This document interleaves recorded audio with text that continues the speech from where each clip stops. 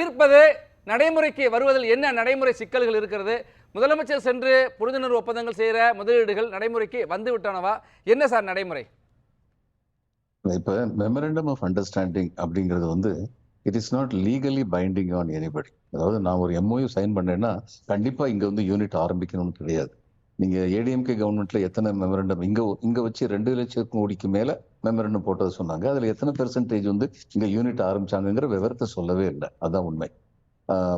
முதல்ல எம்ஓயு போடுறதுன்னு சொல்லி வர்றது அப்படிங்கிறதே வந்து அது ஒரு வெளிநாட்டுல போய் இவர் போய் நிக்கிறாரு. அவங்க வந்து இது எம்ஓயு போடுறதுக்கு வர்றாங்கன்னா அது தமிழ்நாட்டு மேல அவங்களுக்குள்ள நம்பிக்கையும் இந்த முதலமைச்சர் வந்து சொன்னபடி ஆக்கப்பூர்வமாக நமக்கு உதவி செய்வார்னு அவங்களுக்குள்ள நம்பிக்கை தான் காட்டுது. அதுல எந்த விதமான மாறுபட்ட கருத்தும் இருக்க முடியாது.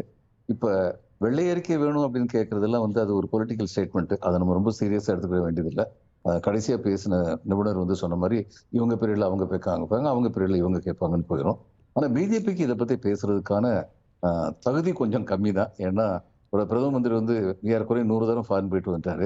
ஏன் அவரை நீங்க என்ன டைரக்ட் இன்வெஸ்ட்மெண்ட் ஏதாவது கொண்டு வந்தீங்கன்னு கேட்க மாட்டேங்கிறாங்க அப்படிங்கிறது வந்து ஒரு கேள்வி. அப்புறம் கேட்கலன்னா சரி, இன்னும் இவரை பத்தி மட்டும் ஏன் கேட்குறீங்க? கேட்கறதுக்கு என்ன, உங்களுக்கு அரசியல் கட்சி என்ற முறையில் என்ன தகுதி இருக்கிறது இப்படி சொல்லி கேட்கலாம்.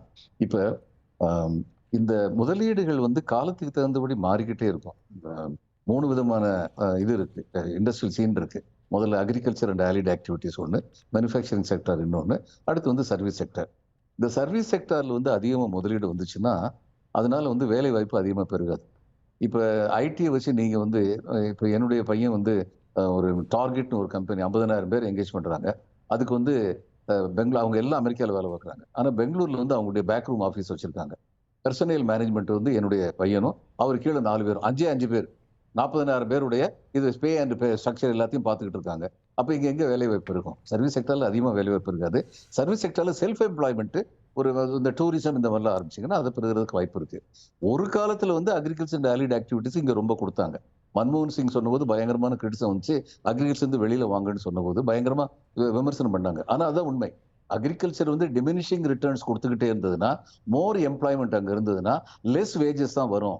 இது டிமாண்ட் அண்ட் சப்ளை தியரி எல்லாருக்கும் தெரியும். ரொம்ப சப்ளை இருந்ததுன்னா டிமாண்ட் கம்மியா தான் இருக்கும்.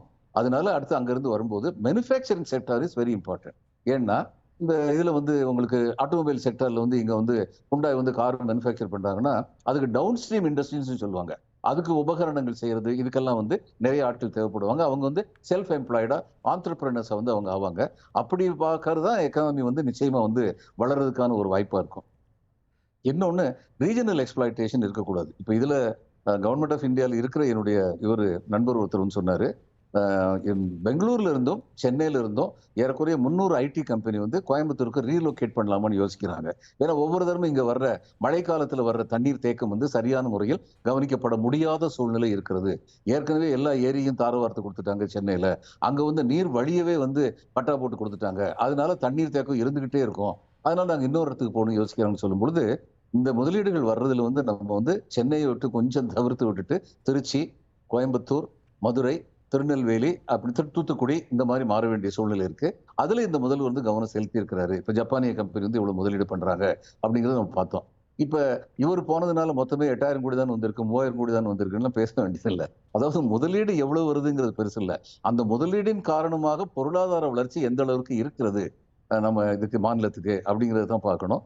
ஒரு வருஷம் வந்து ஒருத்தங்க வந்து ஒரே ஒரு முதலீடு வந்து மகாராஷ்டிராவுக்கு வந்து 38,000 கோடி, இப்ப நமக்கு 35,000 கோடி வந்த மாதிரி 1,20,000 கோடி வந்துருச்சுன்னு வைங்க. அந்த வருஷம் அவங்க மேலதான் போவாங்க. இன்னொன்னு, ஹிஸ்டாரிக்கல் ரீசன்ஸ் ஒன்று இருக்கு. சுதந்திரம் அடைஞ்ச போது பாம்பே கம்பைன்டு மகாராஷ்டிரா அந்த குஜராத் வந்து நம்பர் 1 இருந்தது, வெஸ்ட் பெங்கால் நம்பர் 2 இருந்தது, இது மெட்ராஸ் ஸ்டேட் வந்து நம்பர் 3 இருந்தது. ஆனா இப்ப புதுசா எமர்ஜிங் ஸ்டேட் இங்க சொல்லப்பட்டது, பொருளாதார நிபுணர் சொன்னாரு, புதுசா எமர்ஜிங் ஸ்டேட்ஸ் வர்றாங்க, காம்படிஷன் ரொம்ப அதிகமா இருக்கு. இந்த நேரத்துல முதல்வர் வந்து வெளிநாட்டுக்கு போறது அப்படிங்கிறது a great confidence building measure. அதுல சந்தேகமே கிடையாது. அவங்க நாட்டுடைய மாநிலத்துடைய முதலமைச்சரே வந்திருக்காரு அப்படின்னு சொல்லி ஆர்வத்தோட வருவாங்க. இந்த 3 வருடங்கள்ல இவங்க பண்ணியிருக்குது, திரு ஸ்டாலின் அவர்கள் பண்ணியிருக்குது ஒரு கடினமான வேலை. ஒரு பக்கம் வந்து நீங்க வந்து வெல்ஃபேர் மெஷர்ஸ் செஞ்சுக்கிட்டே இருக்கணும். அதுக்கு பணம் ரொம்ப தேவைப்படுது. கொடுக்க வேண்டிய பணத்தை கூட ஒன்றிய அரசு வந்து ஏதாவது ஒரு காரணத்தை சொல்லி தாமதப்படுத்துறாங்க அல்லது கொடுக்காம இருக்காங்க. இந்த நிலைமையிலேயும் வெல்ஃபேர் மெஷரை கைவிட முடியாது அப்படின்னு ரொம்ப உறுதியா இருக்காரு. அப்ப வெல்ஃபேர் மெஷர் தொடர்ந்து செய்யணும்னா கடன் வாங்கணும் அல்லது வருமானத்தை பெருக்கணும். இந்த ரெண்டையுமே அவர் பண்ணிட்டு இருக்காரு. கடன் வாங்குறதை குறைக்கணும், வருமானத்தை பெருக்கணும்னு நினைக்கிறாரு. அதனால இந்த நேரத்துல வந்து கடைசியா சொன்ன அந்த கருத்து வந்து ரொம்ப முக்கியம். ஆளுங்கட்சி எதிர்க்கட்சின்னு பார்க்காம நான் மாநிலத்துடைய முன்னேற்றத்துக்கு தோள் கொடுத்து நிற்போம் அப்படின்னு எல்லாருமே ஒன்றிணைந்து செயல்பட்டாங்கன்னா நல்லா இருக்கும். அவ்வளவுதான். அதே நேரத்தில் வெளிநாடு முதலீடுகள் அதிகமாக ஈர்க்கப்படுவது வரவேற்கக்கூடிய விஷயமாக இருந்தாலும் கூட உள்நாட்டிலே இருக்கிற தொழில் முனைவோர்கள் அல்லது இந்த சிறு குறு நடுத்தர தொழில் நிறுவனங்கள் இருக்குல்ல, எம்எஸ்எம்இ செக்டார், அவங்கள ரொம்ப நலிவடைஞ்சிட்டு வர்றாங்க. அவர்களை மத்திய மாநில அரசுகள் ரெண்டுமே கண்டுக்கல அப்படிங்கிற ஒரு குற்றச்சாட்டை வைக்கிறாங்க தொடர்ந்து. இல்ல 2 சொல்லிடுறேன் நானு. ஒரு கேள்வி கேட்டது நான் பதில் சொல்லல. ஏற்கனவே உள்ளவங்க தானே வர்றாங்கன்னு சொல்லி எல்லாருமே சொன்னாங்கன்னு சொன்னீங்க. அதுதான் best example of confidence in the state. ஏற்கனவே முதலீடு போட்ட ஒருத்தன் இந்த ஸ்டேட் விட்டு ஓடினா சரி பரவாயில்லன்னு நினைக்காம நான் இன்னும் விரிவாக்கம் பண்ணுவேன்னு சொன்னா என்ன அர்த்தம்? இந்த ஸ்டேட்ல என்னுடைய தொழில் வளர்றதுக்கான நல்ல சூழ்நிலை இருக்கு அப்படின்னு நினைக்கிறாங்க. அதனால அவங்க என்ன விரிவாக்கம் பண்றாங்கன்னா தட் இஸ் அடிஷனல் இன்வெஸ்ட்மெண்ட். அது இன்வெஸ்ட்மெண்ட் இல்லைன்னு சொல்ல முடியுமா? இது நம்பர் 1. இன்னொன்னு நீங்க சொன்னீங்க சிறு குறு தொழில்கள், அது வந்து மாநில அரசு கையில மட்டும் இல்ல. இந்த கொரோனா சமயத்துல வந்து சிறு குறு தொழில்கள் நசுக்கப்பட்டன. அதான் நசிந்து விட்டன நான் சொல்லல, நசுக்கப்பட்டன. ஒன்றிய அரசுடைய கொள்கையினால நசுக்கப்பட்டன. இது சில விஷயங்கள்ல இவரு நான் மேற்குவங்கத்துல பணி செஞ்சிருக்கேன். அந்நேரம் வந்து மேற்குவங்க முதல்ல சொல்ல அதையும் நம்ம கலைஞர் சொல்லியிருக்காரு. கான்ஸ்டிடியூஷன் ஆஃப் இந்தியா, ஒன்றிய அரசின் கீழ் உள்ள மாநிலங்களுக்குன்னு ஒரு இறையாண்மை இருக்கு, ஒன்றிய அரசுக்குன்னு இறையாண்மை இருக்கு அப்படின்னு இருக்கும் பொழுது எந்த அளவுக்கு அதிகாரங்கள் கொடுக்கப்பட்டிருக்கின்றனவோ அந்த அதிகாரங்களுக்கு உட்பட்டுத்தான் நாங்கள் செயலாற்ற முடியும் அப்படின்னு சொல்லுவாங்க. அது மாதிரி பல விஷயங்கள்ல வந்து ஒன்றிய அரசுடைய அதிகாரம் வந்து மாநிலங்கள் மேல வந்து திணிக்கப்படுகிறது. இந்த நிலைமையில தஸ் ஃபார் நோ ஃபர்தர்ங்கிற அளவுல தான் அவங்க இருக்காங்க. They should do their best. அவ்வளவுதான் சொல்ல முடியுமே ஒழிய முழுக்க மாநிலங்கள் மட்டும்தான் காரணம்னு சொல்லி நம்ம சொல்ல முடியாது. சரி, பாலச்சந்திரன் சார் உங்கள்கிட்ட ஒரு கேள்வி வச்சிருக்காரு. மூலதன செலவை விட வருவாய் செலவு என்பது அதிகமாக இருக்கிறது, அது சரியா? இந்த வெளிநாட்டு முதலீடுகள் என்பது ஒரு இஎம்ஐ மாதிரி தான், இஎம்ஐ காலம் முடிஞ்சோன்னா போயிடுவாங்க அப்படிங்கிறாரு. அதுக்கு அவரே பதில் சொல்லிட்டாரு. இது வந்து காலை சிற்றுண்டு உணவு வந்து நல்ல சிஸ்டம் தான், நல்ல திட்டம் தான் சொல்லிட்டாரு. அது வருவாய் செலவு தான். But it is an investment for the future generation. அது ஃபியூச்சர் ஜெனரேஷனுக்கும் இன்வெஸ்ட்மெண்ட். வேலைக்கு போக வேண்டிய நேரத்துல குழந்தைக்கு சமையல் பண்ணி கொடுத்துட்டு போகணும்னு சொல்லி வறுமை வாய்ப்பட்ட நிலைமையில் உள்ளவங்களும் ஏழைகளாக உள்ளவர்களும் இந்த பெண் தாய்மார்கள் எவ்வளவு சிரமப்படுவாங்கிறது அவருக்கு நிச்சயமா தெரியும். ஏன்னா அவருக்கு ஃபீல்டு நாலேஜ் எல்லாம் ரொம்ப உண்டு. அப்ப இது வந்து ரொம்ப சருமையான திட்டம். இந்த உரிமை தொகையை வந்து இவர் வந்து சொல்றாரு.